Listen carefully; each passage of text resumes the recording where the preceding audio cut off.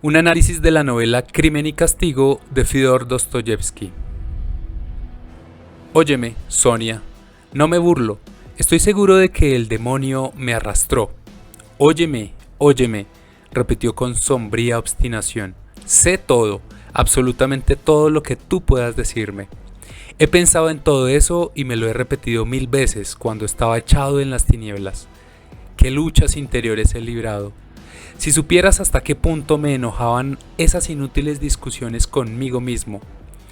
Mi deseo era olvidarlo todo y empezar una nueva vida, pero especialmente anhelaba poner fin a mis soliloquios. No creas que fui a poner en práctica mis planes inconscientemente. No, lo hice todo tras maduras reflexiones y eso fue lo que me perdió.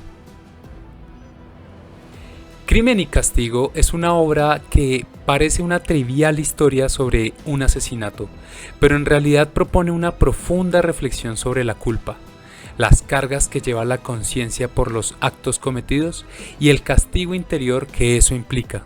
La historia sigue a Rodion Raskolnikov, un joven muy inteligente con una perspectiva crítica concisa sobre la sociedad, pero como varias personas de pensamiento afilado, un joven que parece desencajar de este frívolo mundo, un joven de escasos recursos y difícil vida social que comete un crimen convencido de que está moralmente justificado.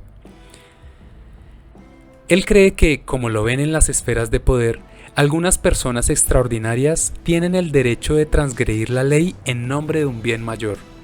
Pero lo inquietante no es el crimen en sí, sino lo que ocurre después, la culpa.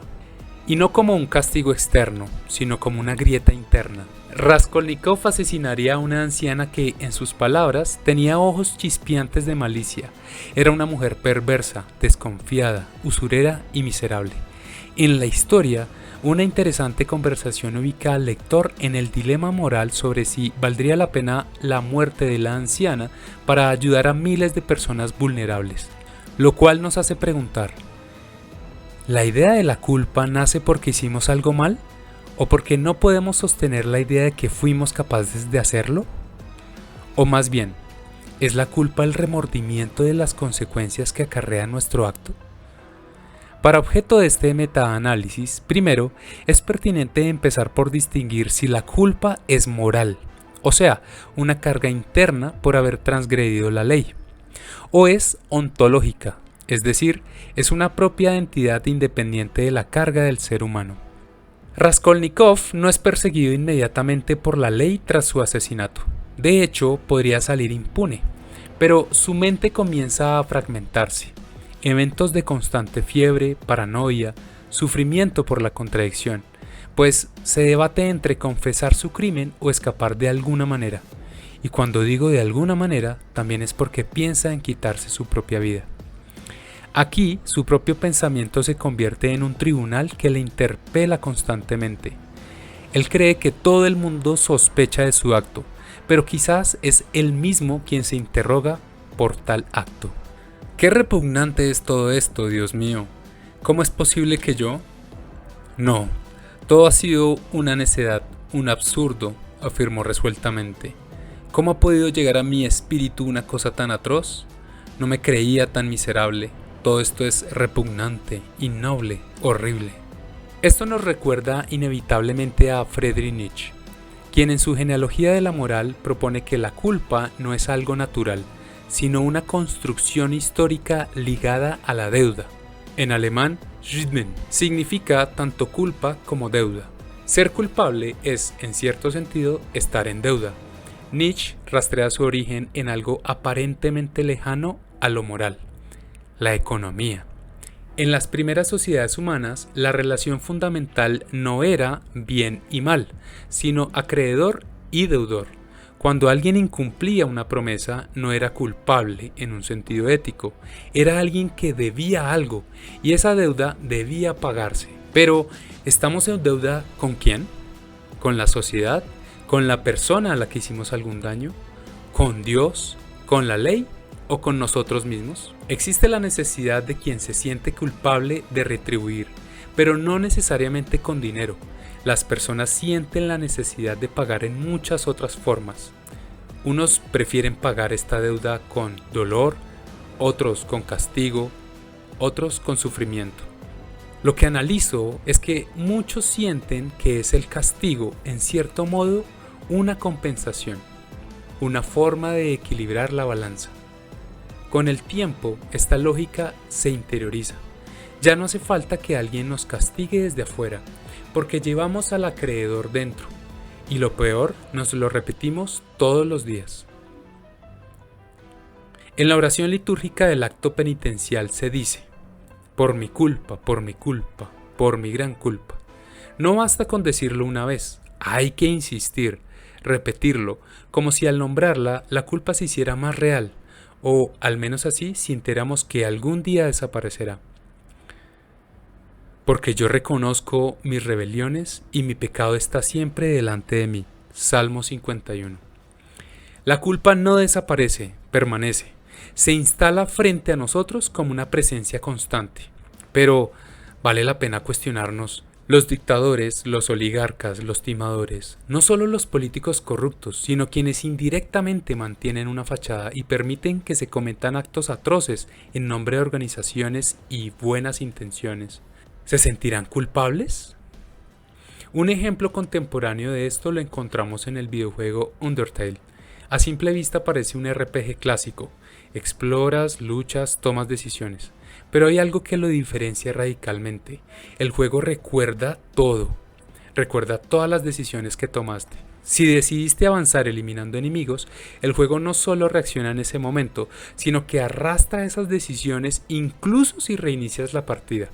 Los personajes cambian, el mundo cambia, tú cambias. Incluso cuando intentas empezar de cero, algo que sucedió antes permanece o cambia según tu decisión. Una especie de deuda invisible. No hay un sistema tradicional de castigo. Nadie te obliga a sentirte mal, pero el juego te confronta constantemente con tus decisiones pasadas. Te hace consciente, te hace responsable. Es como si el propio sistema del juego se convirtiera en ese acreedor interno del que hablaba Nietzsche. No importa que borres el archivo, no importa que reinicies la historia, la culpa no desaparece, se transforma en memoria. Y ahí entendemos algo clave: la culpa no siempre necesita un castigo externo, porque funciona como una deuda que no se liquida fácilmente. No basta con pagar, no basta con empezar de nuevo haciendo como si no hubiera pasado nada. La verdadera deuda no está en el acto, está en la conciencia de haberlo hecho. Así, tanto en Undertale como en Crimen y Castigo, la culpa no es simplemente una reacción moral, sino una estructura, una relación invisible entre lo que hicimos y lo que sentimos que debemos. Luego, lo más inquietante de todo esto es que esa deuda nunca es completamente clara. Porque al final, ¿cómo se paga algo que no tiene precio? Es quizás ahí donde nace y se mantiene la culpa. No siempre es la sociedad quien nos castiga, somos nosotros quienes no soportamos lo que hemos hecho. ¿Cómo pagar algo que es impagable? Yo sé que no es fácil para usted, para mí tampoco, pero aquí estamos, ustedes asumiendo su responsabilidad y nosotros aquí enfrentando este dolor. De parte de mi abuela y de parte mía, como muestra de nuestro perdón real y sincero, queremos brindarle un abrazo, si lo permite y si lo desea.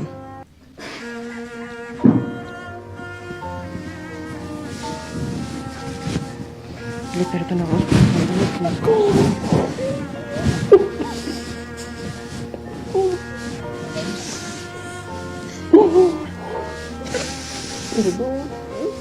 Perdona.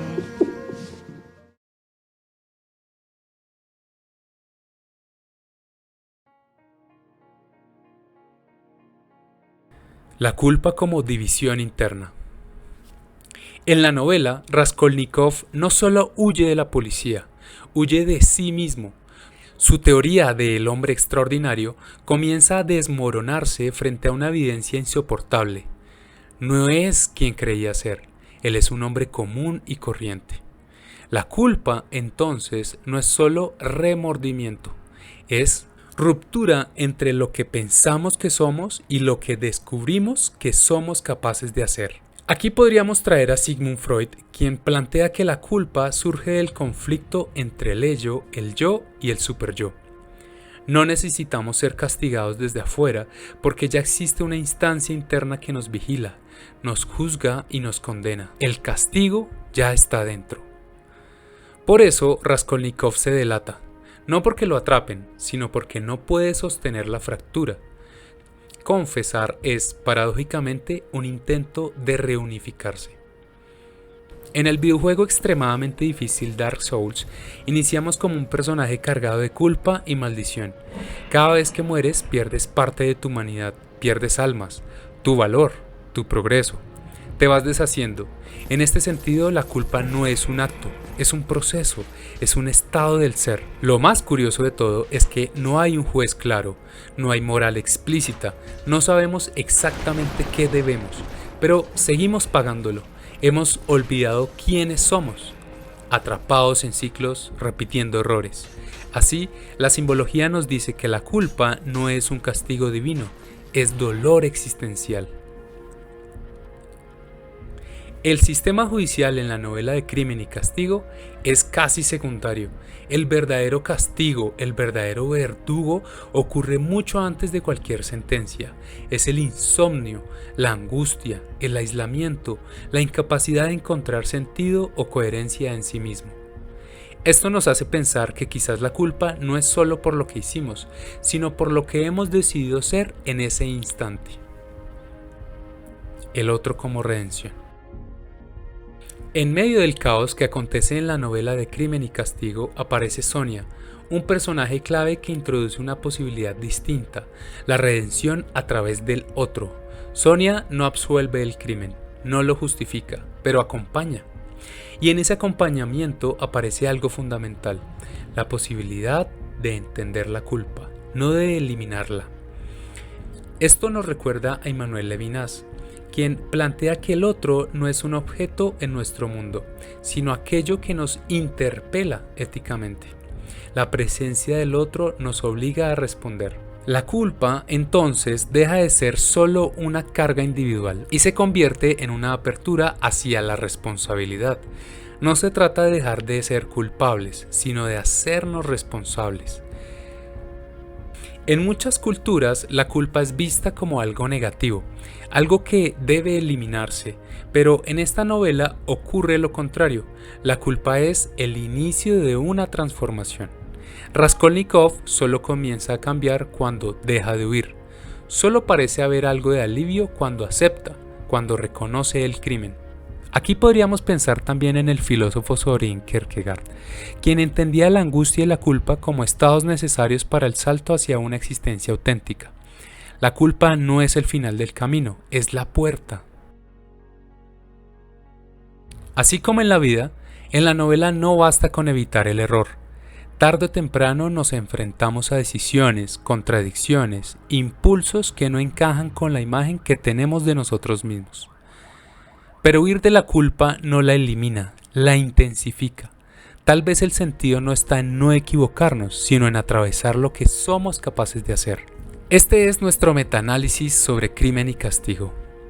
La culpa no es simplemente un castigo moral, es una experiencia que nos fragmenta interiormente, pero también nos revela, nos muestra el límite entre lo que creemos ser y lo que realmente somos.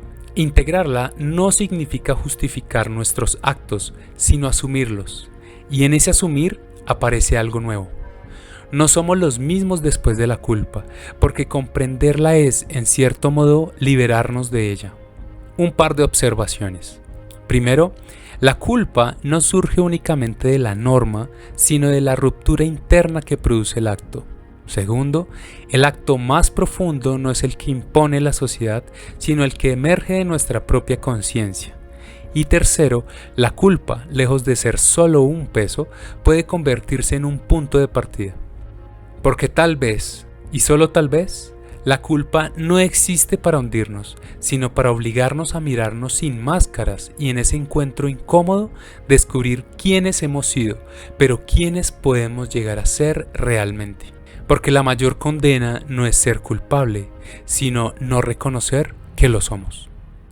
Gracias por ver este video, reconocer la culpa y hacer lo que tengas que hacer con ello.